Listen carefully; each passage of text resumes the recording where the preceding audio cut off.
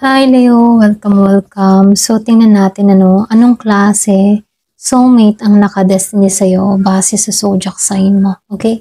Start na tayo. Thank you nga po pala sa mga nag-subscribe, sa mga bumabalik. Maraming salamat. Give me the message for Leo. Anong klaseng soulmate ang nakadestiny sa'yo base sa zodiac sign mo? Give me the message. Anong klaseng soulmate ang nakadestiny sa'yo base sa zodiac sign mo?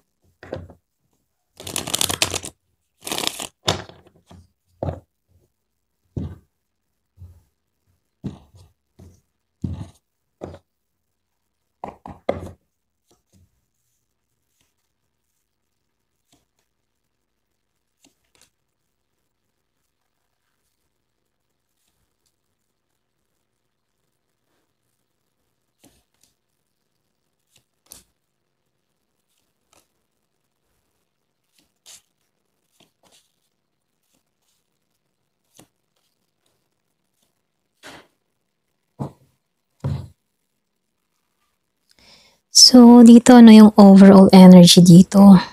Nakikitaan ko dito yung healing love, okay?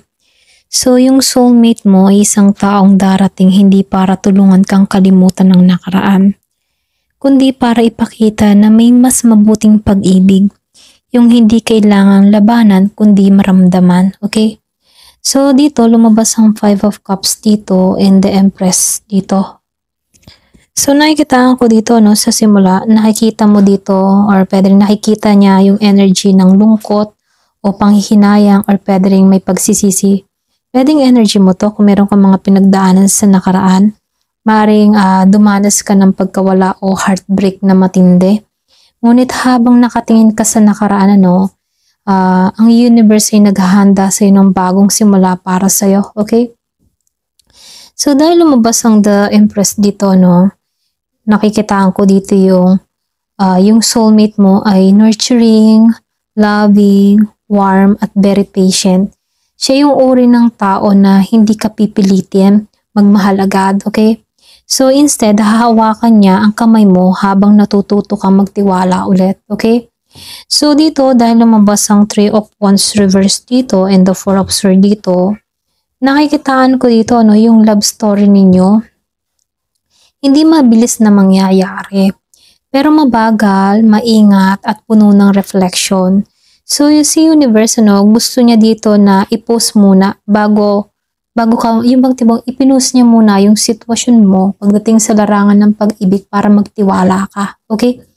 So dito kasi kailangan mo munang makilala yung sarili mong emotional rhythm, okay?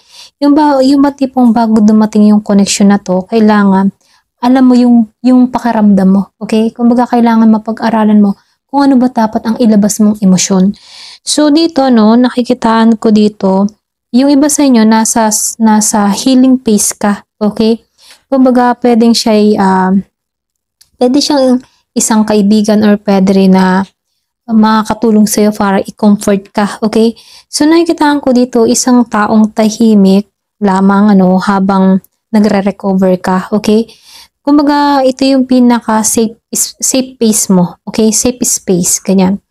So, nakikitaan ko dito, dahil lumabas ang 7 of Cups and the 2 of Cups dito.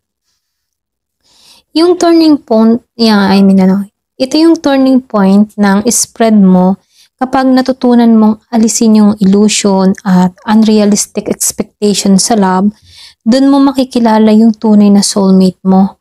So, nakikita ko dito sa 2 of Cups, ito yung mutual balance, meron dito ang emotional connection. So, hindi siya darating para pasayahin ka, Darating siya kasi pareho kayong handang magbigay, okay? Give and take. So, equal and give and take ang mangyayari dito. Kumbaga, shared dreams at emotional maturity. Kumbaga, ito yung partnership na pinapangarap mo pero ngayon lang magiging totoo, okay? So dahil lumabas ang the moon and the 8 of Swords dito, yung connection nyo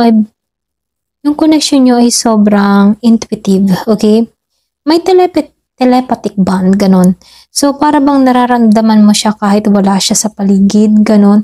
Ngunit minsan, natatakot ka sa intensity ng connection. Parang di mo alam kung imagination mo lang ba o destiny talaga.